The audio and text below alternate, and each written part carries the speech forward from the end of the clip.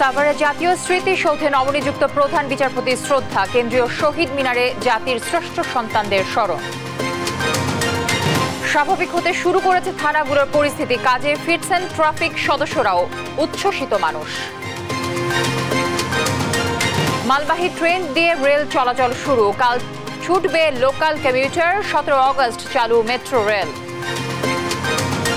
গ্রাহক উপস্থিতি বাড়ছে ব্যাংকে, রেমিটেন্স বাড়বে চলতি সপ্তাহেই, নোট বাতিলকে গুজব বলছেন সংশ্লিষ্টরা। এবং রাশিয়ার মাটিতে ইউক্রেনের হামলার জবাব দেবে মস্কো, কুর্স্কের চলছে তুমুল লড়াই, কিয়েভে 2 জনের মৃত্যু। দর্শক শুনছিলেন সংবাদ শিরোনামগুলো। সংবাদ সকালে আপনাদের সঙ্গে থাকছি আমি তানজিয়া জুথি। সাভারে জাতীয় স্মৃতিসৌধ ও জাতীয় শহীদ মিনারে পুষ্পস্তবক অর্পণের মাধ্যমে মহান মুক্তিযুদ্ধের বীর শহীদ ও 1952 সালের ভাষা আন্দোলন শহীদদের প্রতি শ্রদ্ধা জানিয়েছেন প্রধান বিচারপতি সৈয়দ রেফাত আহমেদ। পুষ্পস্তবক অর্পণ শেষে 1971 সালের মহান মুক্তিযুদ্ধের বীর শহীদদের স্মৃতির স্মরণে সেখানে কিছুক্ষণ নীরবে দাঁড়িয়ে থাকেন প্রধান বিচারপতি। পরে জাতীয় স্মৃতিসৌধের স্মারক বইয়ে সই করেন তিনি। এরপর তিনি যান কেন্দ্রীয় শহীদ মিনারে, স্মরণ করেন জাতির শ্রেষ্ঠ সন্তানদের।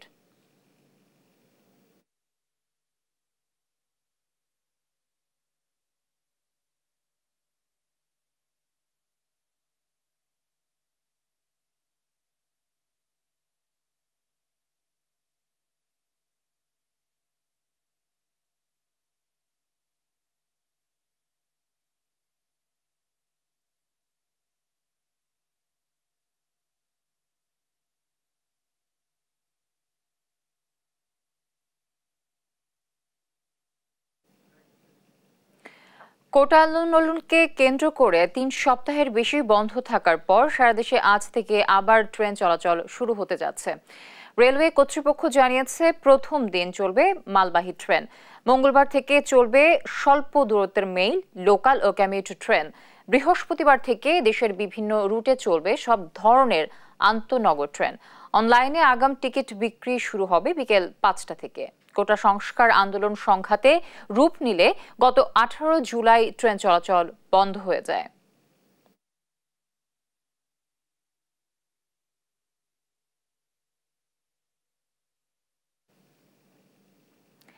রাজধানীতে কার্যক্রমে ফিরতে শুরু করেছে থানাগুলো, চালু হয়েছে বেশ কিছু জরুরি সেবা। দর্শক, এ নিয়ে বিস্তারিত জানাতে এই মুহূর্তে ধানমন্ডি মডেল থানায় আছেন সহকর্মী কায়েস রাহাত। আমরা সরাসরি তার সাথে যুক্ত হচ্ছে। রাহাত, কি কি সেবা আসলে এই মুহূর্তে চালু হয়েছে এবং পুলিশের সাথে কথা হয়েছে কিনা, তারা কি বলছেন? ধন্যবাদ জ্যোতি। যেমনটি জানেন যে দীর্ঘদিন থানাগুলো বন্ধ হয়ে থাকার পরে আজকে থেকে আবার থানাগুলো চালু হয়েছে এবং এই মুহূর্তে আমি রয়েছি ধানমন্ডি থানাতে। তো এই থানাতে এসে আসার পর আমরা যে বিষয়টি দেখতে পেয়েছি যে থানাগুলোতে মূলত সাধারণত যে সেবাগুলো থাকে, যেমন জিডি, অনলাইন জিডি, এই ধরনের যে সেবাগুলো থাকে যেগুলো সাধারণত জরুরি অবস্থায় ব্যবহার করা হয়। এছাড়া আরো বেশ কিছু সেবা, যেমন পুলিশ ভেরিফিকেশন থাকে পাসপোর্টের জন্য বা অন্যান্য চাকরির জন্য পুলিশ ভেরিফিকেশনের কাজগুলো থাকে।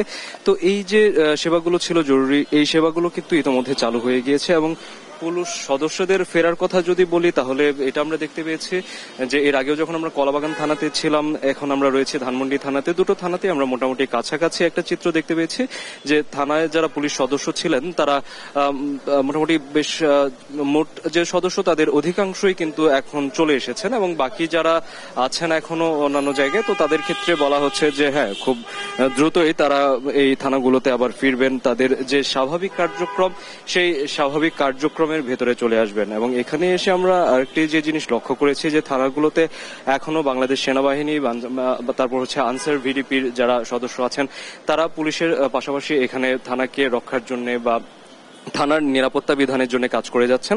এবং জননিরাপত্তার পাশাপাশি রাজধানীতে 4টি থানার কথা আমরা শুনেছি। পুলিশের সাথে আমাদের যখন কথা হয়েছে, থানার যিনি ডিউটি অফিসার ছিলেন এখানে, ওনার সাথে কথা বলার পর আমরা যেটি জেনেছি যে রাজধানীতে ইতিমধ্যে 4টি থানা, কলাবাগান এবং ধানমন্ডি, তার মাঝে 2টো যেখানে টহল যে বিষয়টি থাকে প্রত্যেক এলাকায় নিরাপত্তা বিধানের জন্য, সেই টহলটি শুরু হয়ে গিয়েছে। এবং যদিও এক্ষেত্রে শুধুমাত্র পুলিশ একা কিন্তু টহলটি দিচ্ছে না, তারা এখানে যেটি করছেন যে বাংলাদেশ আমাদের সেনাবাহিনীকে একসাথে নিয়ে তারপর হচ্ছে তারা টহলটি দিচ্ছেন।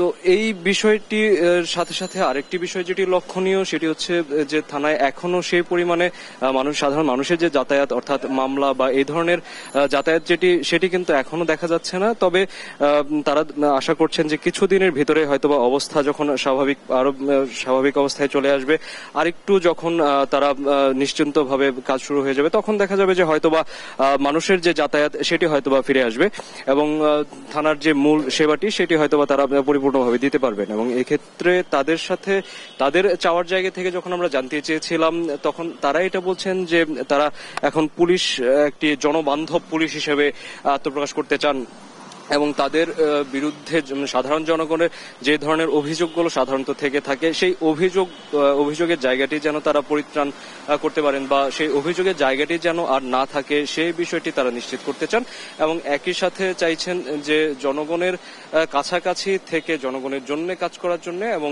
জনগণকে নিয়ে একসাথে সামনে এগোনোর জন্য দেশের স্বার্থে। তো এই চাওয়ার সাথে তারা আবার বলছেন যে তারা মাঝখানে বেশ কিছুদিন কর্মবিরতি ছিলেন এবং এই কর্মবিরতির পর তারা যখন থানায় ফিরছেন তারা নতুন উদ্যমে নতুনভাবে কাজ শুরু করতে চান। তো ধানমন্ডি থানার এবং এর আশেপাশের যে থানাগুলো ছিল সেই থানাগুলো থেকে আমরা যেটি জানতে পেরেছি যে মোটামুটি সবগুলো থানার ক্ষেত্রে কিন্তু পরিস্থিতি কিছুটা কাছাকাছি, কিছুটা একই রকম। তো ধানমন্ডি থানার সর্বশেষ পরিস্থিতি সম্পর্কে এই ছিল আমার কাছে সর্বশেষ। ধানমন্ডির মডেল থানা এবং অন্যান্য থানার পরিস্থিতির খবর জানাচ্ছিলেন আমাদের সহকর্মী কায়েস রাহাত। রংপুরে ফিরেছেন ট্রাফিক পুলিশের সদস্যরা। কাজ শুরু হয়েছে থানাগুলোতেও। আইন শৃঙ্খলা ও সড়ক পরিস্থিতির সবশেষ খবর জানাতে সহকর্মী জানাবেন রফিকুল ইসলাম। ছাত্র জনতার গণঅভ্যুত্থানের পর দেশে যে বিষয়টি হয়েছে সেটি হচ্ছে যে পুলিশের যে 11 দফা দাবি নিয়ে তারা কর্মবিরতি দিয়েছিল, সেই কর্মবিরতি শেষে আজকে তারা মাঠে নেমেছে বা কাজ করছে। আমরা এই মুহূর্তে রয়েছে রংপুরের জাহাজ কোম্পানি মোড় এলাকায়। আমি আপনাদেরকে দেখানোর চেষ্টা করছি যে এখানে কিন্তু ট্রাফিক পুলিশ কাজ শুরু করেছে। অর্থাৎ আমরা দেখেছিলাম যে কদিন ধরেই অর্থাৎ নতুন সরকার গঠন হওয়ার আগে এবং পরে এই যে সড়কের যে এই শৃঙ্খলা ফেরাতে কিন্তু কাজে আমরা দেখেছি যে কাজ করছিল ছাত্র জনতা এবং শিক্ষার্থীরা এই সড়কে শৃঙ্খলা ফেরানোর জন্য কাজ করছিল। এখন যে পরিস্থিতি সেটি হচ্ছে যে একেবারেই স্বাভাবিক নতুন বাংলাদেশে স্বাভাবিক যে কার্যক্রম সেই কার্যক্রম চলমান রয়েছে। যানজট নিরসনে তারা কিন্তু মাঠে কাজ করছে। যেহেতু এখন একেবারেই সকাল 9টায় এখন প্রায় সকাল 9টায় বেজে চলেছে, সে কারণে কিন্তু এখন পর্যন্ত যানজট তেমন কোথাও নেই। তবে আমরা নগরীর যে গুরুত্বপূর্ণ পয়েন্টগুলো রয়েছে জাহাজ কোম্পানি, পায়রা চত্বর, জেলা স্কুলের মোড় এবং মডার্ন মোড়, টার্মিনাল সহ বিভিন্ন এলাকায় যেগুলো যে রয়েছে গুরুত্বপূর্ণ এলাকাগুলো রয়েছে সেই গুরুত্বপূর্ণ এলাকায় কিন্তু আইনশৃঙ্খলা বাহিনীর যে সদস্যরা রয়েছেন তারা এতে কিন্তু কাজ করছে। তো এই ছিল রংপুর থেকে আইনশৃঙ্খলা পরিস্থিতির সর্বশেষ খবর। এবার ময়মনসিংহের আইন শৃঙ্খলা ও সড়ক পরিস্থিতির সবশেষ খবর জানিয়েছেন সহকর্মী ইলিয়াস আহমেদ। ময়মনসিংহের সড়কে বেড়েছে যান চলাচল এবং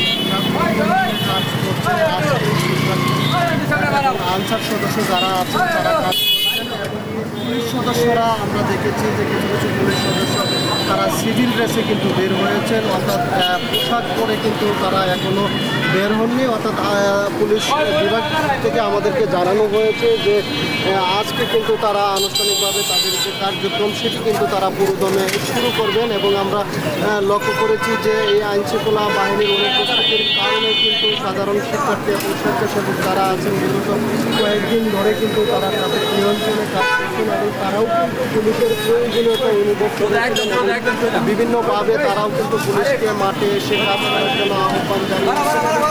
বলা যায় যে গতকালকে রাতে পুলিশের যে দাবি দেওয়া ছিল সেই দাবি দেওয়াগুলোকে পুলিশ মেনে নিয়ে তারা তাদের কর্মে ফেরার যে যানবাহনের সংখ্যা কিছুটা কম চলাচল করলেও কিন্তু আজকে দেখেছি আমরা মহাসড়কে যানবাহনের সংখ্যা কিন্তু অনেক বেড়েছে। মানুষও কিন্তু কর্মস্থলে অনেক ফিরতে শুরু করেছেন এবং তারাও বলছেন যে আইনশৃঙ্খলা পরিস্থিতি স্বাভাবিক রয়েছে এবং পুলিশের যে অনুপস্থিতি সেটিও কিন্তু তারা অনুভব করছেন এবং বলছেন যে পুলিশের অনুপস্থিতির কারণে কিন্তু রাস্তাঘাটে চলাচল চলাচল করতে অনেকটাই সমস্যার সম্মুখীন হতে হয়েছে সাধারণ মানুষকে।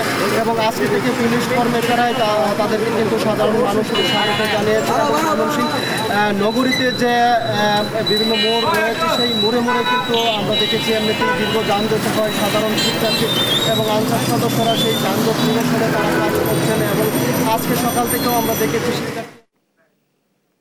কুমিল্লা বেশিরভাগ থানার কার্যক্রম শুরু হয়েছে। পুলিশ সদস্যরা থানায় ফেরায় স্বস্তি ফিরেছে জনমনে। বিস্তারিত জানাচ্ছেন সহকর্মী সুমন কবির। আমরা দেখেছি আসলে থানায় ফিরতে শুরু করেছে পুলিশ সদস্যরা। একটা স্বস্তির বিষয় হচ্ছে কুমিল্লা যে আইনশৃঙ্খলা পরিস্থিতি নিয়ে সকলে যে চিন্তিত ছিল, সেই চিন্তিত থেকে যদি বলতে চাই, কুমিল্লা কোতোয়ালি থানা, মডেল থানা শুরু করে টোটাল 18টি থানা রয়েছে, যেখানে আমরা দেখেছি সকল থানায় ফিরতে শুরু করেছে পুলিশ সদস্যরা। তারা বলছেন তারা নিরাপত্তা পেলে আসলে যে ঘটনাটা ঘটেছে, আসলে আমরা জানি একটা গণ অভ্যুত্থান হয়েছে, সেই গণ অভ্যুত্থান কুমিল্লা সদর দক্ষিণ থানা টোটাল 18টি থানায় আসলে তারা ফিরতে শুরু করেছেন। এবং তারা এটাও বলছেন যে আসলে সেনাবাহিনীর সাথে আনসার রয়েছে এবং সেই সাথে পুলিশ সদস্যরা রয়েছে। তারা আসলে বলছেন যে নিরাপত্তার যে বিষয়টা তারা সর্বপ্রথম তারা দেখছেন। এবং সেই সাথে কুমিল্লা যারা 18টি থানা রয়েছে পুলিশ সদস্যদের কথা হচ্ছে, সকলে আজকের মধ্যেই প্রত্যেকটি থানায় আসলে ফেরা শুরু করছে। আমি যদি একজন পুলিশ পরিদর্শকের সাথে কথা বলতে চাই, আমাদের আর্মি লোকজন আছে, আর আমরা প্রথম থেকেই ছিলাম। যারা বাড়িতে চলে গেছেন অনেকেই এসে পড়ছে, আর অনেকেই রাস্তায় আসতেছেন।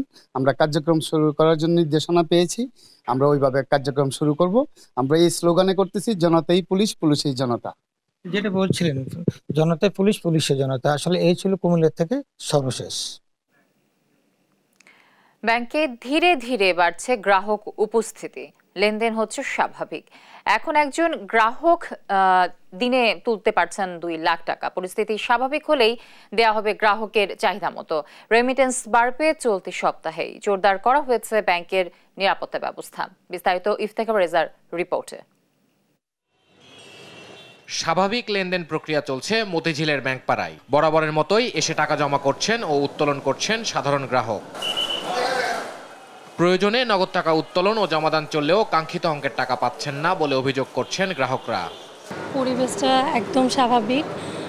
আমি টাকা জমা দিতে আসছি, হাতে কিন্তু বেশি সময় নেই, 10-15 মিনিট, তাও দিতে পারতেছি। সাংসারিক প্রয়োজনে আমি কিছু টাকা তুলতে আসছি, আমার কাছে স্বাভাবিকই মনে হয়েছে, কোনো ঝামেলা নেই। পুরো টাকা তুলতে পারি নাই, 2টা চেক নিয়ে আসছিলাম। আমি 1,20,000 টাকা মাত্র তুলতে পারছি। দ্রুত এই সমস্যার সমাধানটা হয়ে যাক, যেন আমাদের ভোগান্তিটা কম। এদিকে সোনালী ব্যাংকের মতিঝিল শাখার জেনারেল ম্যানেজার জানান, চলমান পরিস্থিতিতে সামাজিক নিরাপত্তা বজায় রাখতে গ্রাহককে 2 লাখের বেশি টাকা দেওয়া হচ্ছে না। অ্যাকচুয়ালি এটা তার হলো সংকট না, এটা হচ্ছে নিরাপত্তার বিষয়টা সামনে রেখে। কারণ আপনি টাকাটা নিয়ে বাইরে গেলেন, টাকাটা যদি বেহাত হয়ে যায় তখন তো এটা একটা ক্রাইসিস সৃষ্টি করবে। আবার হচ্ছে দেশের মধ্যে যেসব ঘটছে, আপনি যদি নগদ টাকা বেশি উত্তোলন করে এইসব কর্মকাণ্ডে মানে টাকা ব্যয় করেন, তো সেক্ষেত্রে তো এটা বুস্ট আপ হবে। এই 2টা বিষয় সামনে রেখে আসলে একটু নিয়ন্ত্রণের চেষ্টা করা হয়েছে। এ সপ্তাহের মধ্যে রেমিটেন্স প্রবাহ বাড়বে বলে আশাবাদ ব্যক্ত করেন এই ব্যাংক কর্মকর্তা। রেমিটেন্স আসলে মানে আমাদের তো লাস্ট মানে 2 সপ্তাহতে কম, মানে ফ্লোটা কম ছিল, তো আমরা আশা করছি এই সপ্তাহ থেকে বাড়বে। তা আজকেতেও শুরু হলো, এটা কাল পরশু বোঝা যাবে।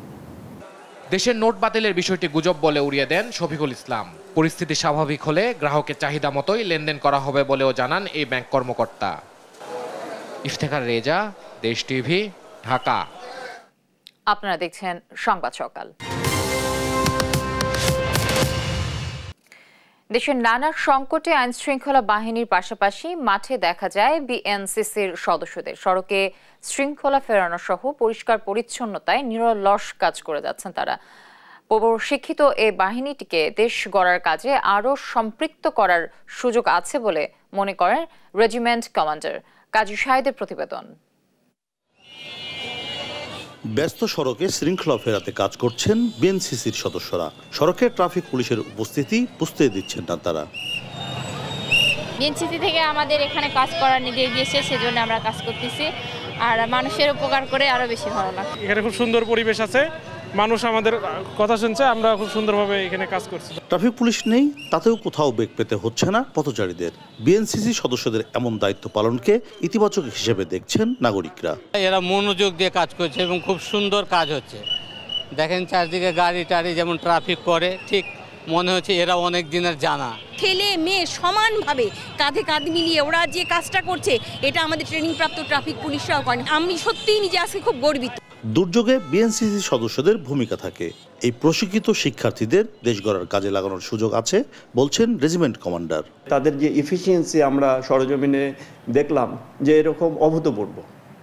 তো আমি মনে করি যে এই ক্যাডেটদেরকে আমরা যদি অদূর ভবিষ্যতে বিভিন্ন ধরনের কাজে যদি প্রত্যক্ষভাবে নিয়োজিত করতে পারি, তাহলে তাদের যে উৎসাহ সেই উৎসাহ দিয়ে এবং তাদের যে উদ্দীপনা এগুলো দিয়ে তারা অনেক ভালো কাজ করতে পারবে।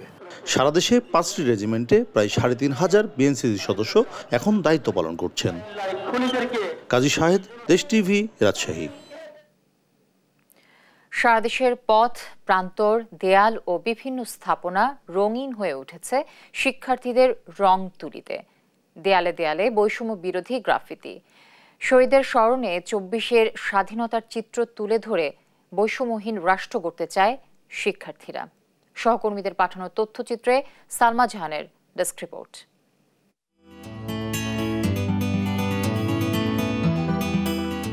সারা দেশ রং তুলির আঁচড়ে ছেয়ে গেছে। দেয়ালে দেয়ালে ফুটে উঠেছে বিপ্লবের রং।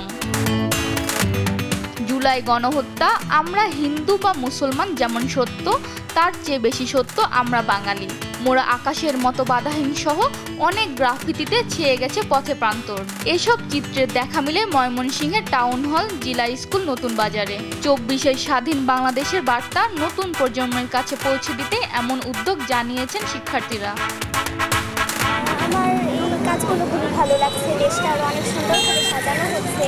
আর আমরা চাচ্ছি যে এর মাধ্যমে যারা ছোট বাচ্চা এবং যারা ছাত্র সমাজ এবং প্রবীণ যারা আছেন তারা আগ্রহী হবেন। খুলনার দেয়ালে দেয়ালে দ্বিতীয় স্বাধীনতার ছাপ ফুটে উঠেছে সাধারণ শিক্ষার্থীদের গ্রাফিতিতে। নগরের শিববাড়ি মোড় থেকে পাওয়ার হাউস মোড় পর্যন্ত 1 কিলোমিটার রাস্তা জুড়ে গ্রাফিতি করেছে সাধারণ শিক্ষার্থীরা। 4টা দেওয়াল আমরা চেষ্টা করছি পুরো জার্নিটা তুলে ধরা। এর পাশাপাশি আমরা চতুর্থ যে দেয়ালে বাংলাদেশি যে ঐতিহ্যগুলো, পুরানো ঐতিহ্যগুলো ছিল, সেই ঐতিহ্যগুলো ফুটায় তোলার চেষ্টা করছি।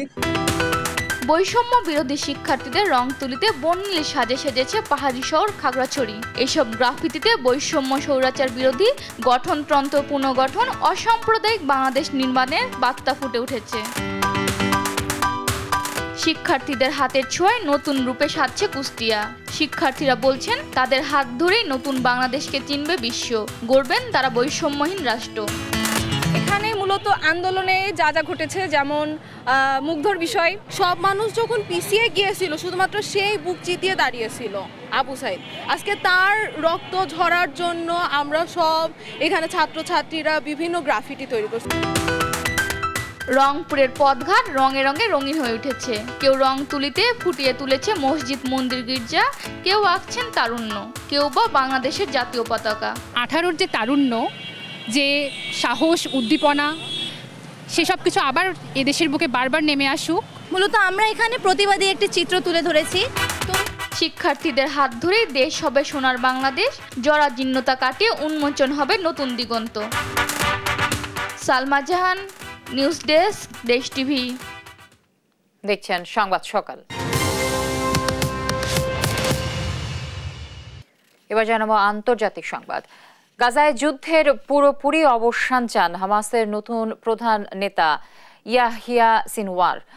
একই সঙ্গে নতুন আরেক দফা আলোচনা না করে মার্কিন প্রেসিডেন্টের দেয়া যুদ্ধবিরতির প্রস্তাব বাস্তবায়নে আশা ব্যক্ত করেছেন তিনি।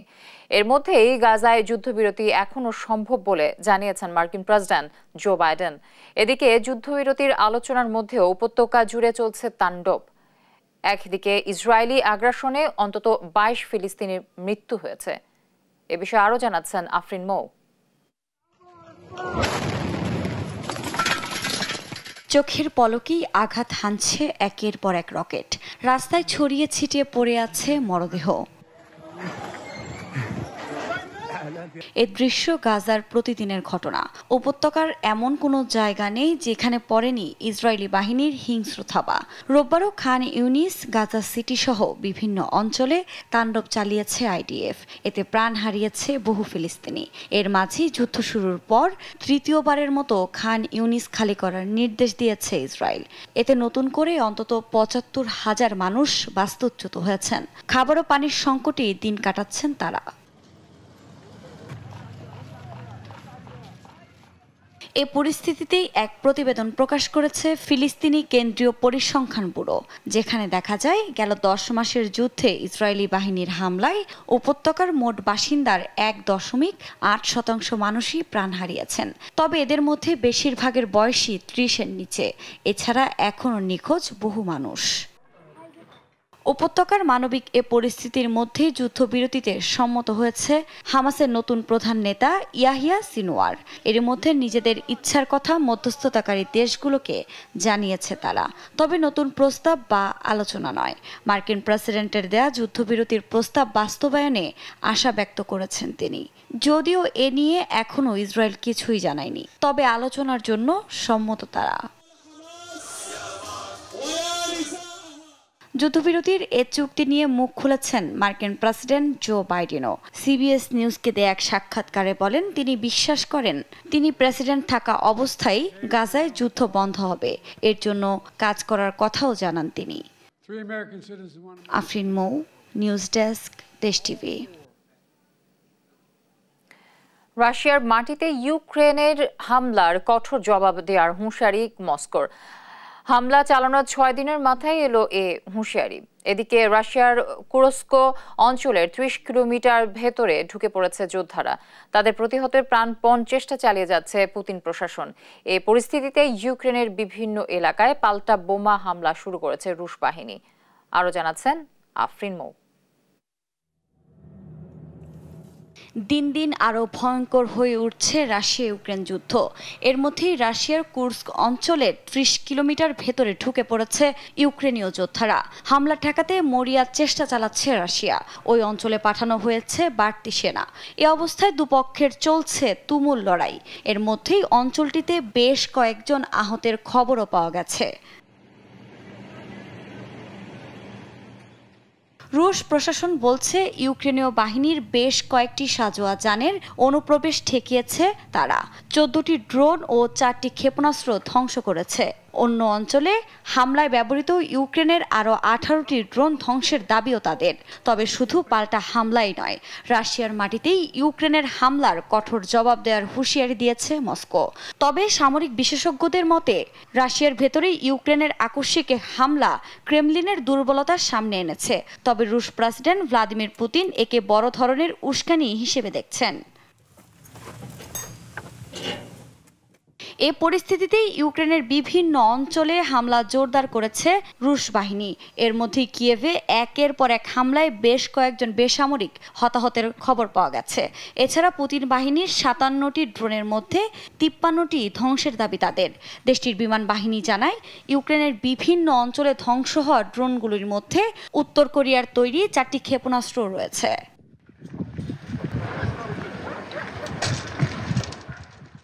যুদ্ধক্ষেত্রে উত্তপ্ত এই পরিস্থিতির মধ্যে জাপোরিজিয়া পারমাণবিক বিদ্যুৎ কেন্দ্রে হামলার ঘটনা ঘটেছে। একাধিক ভিডিও ফুটেজে দেখা যায় বিদ্যুৎ কেন্দ্রের একটি কুলিং টাওয়ারের ভেতরে আগুন চলছে এবং কালো ধোঁয়ায় ছেয়ে গেছে চারপাশ। এই হামলার দায় এখনও স্বীকার করেনি কোনো পক্ষই, উল্টো চলছে দোষারোপ। এর মধ্যে যুদ্ধক্ষেত্রে ব্যবহারের জন্য ইরানের কাছ থেকে কয়েকশো ব্যালিস্টিক ক্ষেপণাস্ত্র নেবে রাশিয়া। ইউরোপীয় গোয়েন্দাদের বরাতে তথ্য জানিয়েছে আন্তর্জাতিক একাধিক গণমাধ্যম, যদিও সত্যতা নিশ্চিত করেনি কোনো পক্ষই। আফরিন মৌ, নিউজ ডেস্ক, দেশ টিভি।